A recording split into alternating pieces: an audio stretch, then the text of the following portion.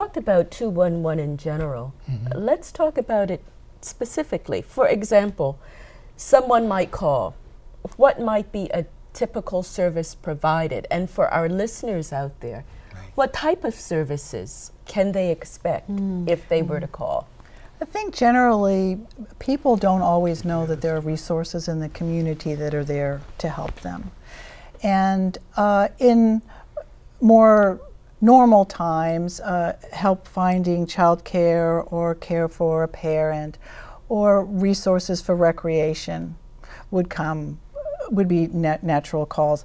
These days the calls are pretty basic. They're for food, they're for housing, they're for access to health care, for folks who can't pay their bills, information about how to deal with the foreclosure tide that's spreading over everybody. And the bad part is people don't always know where to call. And if they knew where to call, they might be able to get some assistance that would bridge that gap. People who are work during the day and aren't aware of all the services that are out there in the community. They don't know where to call. By having that information, some of these emergencies could be helped. People could help. It's very empowering when you have information, and you feel very helpless when you don't. Well, I saw someplace that 211 is helpful in terms of food, in terms of shelter, counseling, employment assistance, quality child care, and more. And what's the more? Well, let me tell, if it's all right, I'll tell a story, because this might illustrate kind of how it all really works. Recently we had a gentleman called, and he talked to one of our specialists in the call center and said, I need child care. And she said, when she was telling this story to the rest of us, she said, you know, it's usually the mothers who call for child care and not the fathers. So I knew right away I needed to know more. So she asked what we call the second question. She asked a few more questions about what kind of child care, how old are the children, how many children. And in the telling of his story, it transpired that he had 3 children, all under the age of 5. So they weren't in school. That he had run out of food, that he was kind of concerned about the diapers, and those of us who have had children know what that's about. That, I mean, you make light a little bit, but he was really struggling, that his wife had left because he had lost his job. He was in foreclosure. Oh, dear. She finally just, I guess, had to have a break away from it. He couldn't pay for gas to get around because he needed to be able to get around because he's a contractor. And as he began to tell this story, she could see that he needed the child care in order to get the job, but he also needed some way to get an income going and hadn't thought about what to do about that.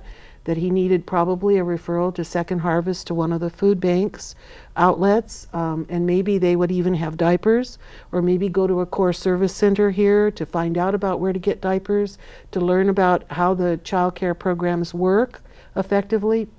And maybe they could even help him with some of the other problems. He also needed to go to a HUD certified foreclosure counselor so that he could find out where he stood with that foreclosure and what he was going to have to do. Because, you know, there aren't always easy answers for that particular issue. So the worker talked with him and helped him kind of decide what he wanted to do first and what he could do next. And she worked with him, I think Daphne worked with him for about 3 months, following up with him every few weeks to see how it was going, to see what more he might need. And we don't do that with every single caller, but that's a person who was really stranded. And not only stranded with those little children, but kind of in his mind he was stranded. He was a little bit frozen. And she helped him kind of sort it out. And then she found those resources that would be the best place to start. And she encouraged him to go ahead and do some things that he might not have done. And gradually he pulled himself up out of this morass that he felt he was in. Now, that sounds like an unusual situation and a lot of unusual assistance. Not these days. Not today. Not these days. Maybe the assistance that he reved. Is that the type of assistance one can expect? That's the type of assistance, surely. That's the, you know, the personal version or rendition of it. The statistics side is that if you compare the length of a 211 call with a 911 call or a 411 call, we all know that in 411, the operator is off the phone even before you get the number. Sure. A 911 call takes a little bit longer, but it's where is the fire, or where is the crime being committed, or where is the injury, and we dispatch somebody right away. So it's a matter of seconds. It's a half a minute, whereas the average 211 call is 3 to 5 minutes, and some of them are even longer than that. And so while this is a particularly complex set of conditions which do occur with many people, the fact of the matter is the value of the 211 call is you get to talk to a live person, and as Betty said, we always try to ask a second and a third question to find out what's behind the initial request. Now, that sounds very good, but what it makes me think of is how many live operators do you have manning or womaning the phones, and how long might the wait be?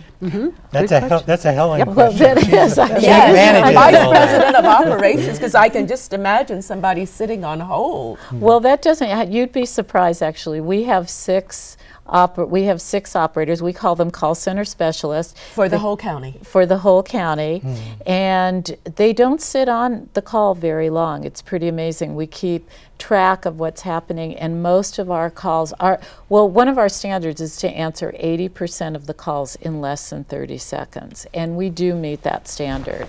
And our abandonment rate, meaning how many calls are on the phone before they're abandoned, is less than 10%. It's about 4% on average. And many of those are just people who changed their mind, or made the call and their child walked into the room and they have to make that call later.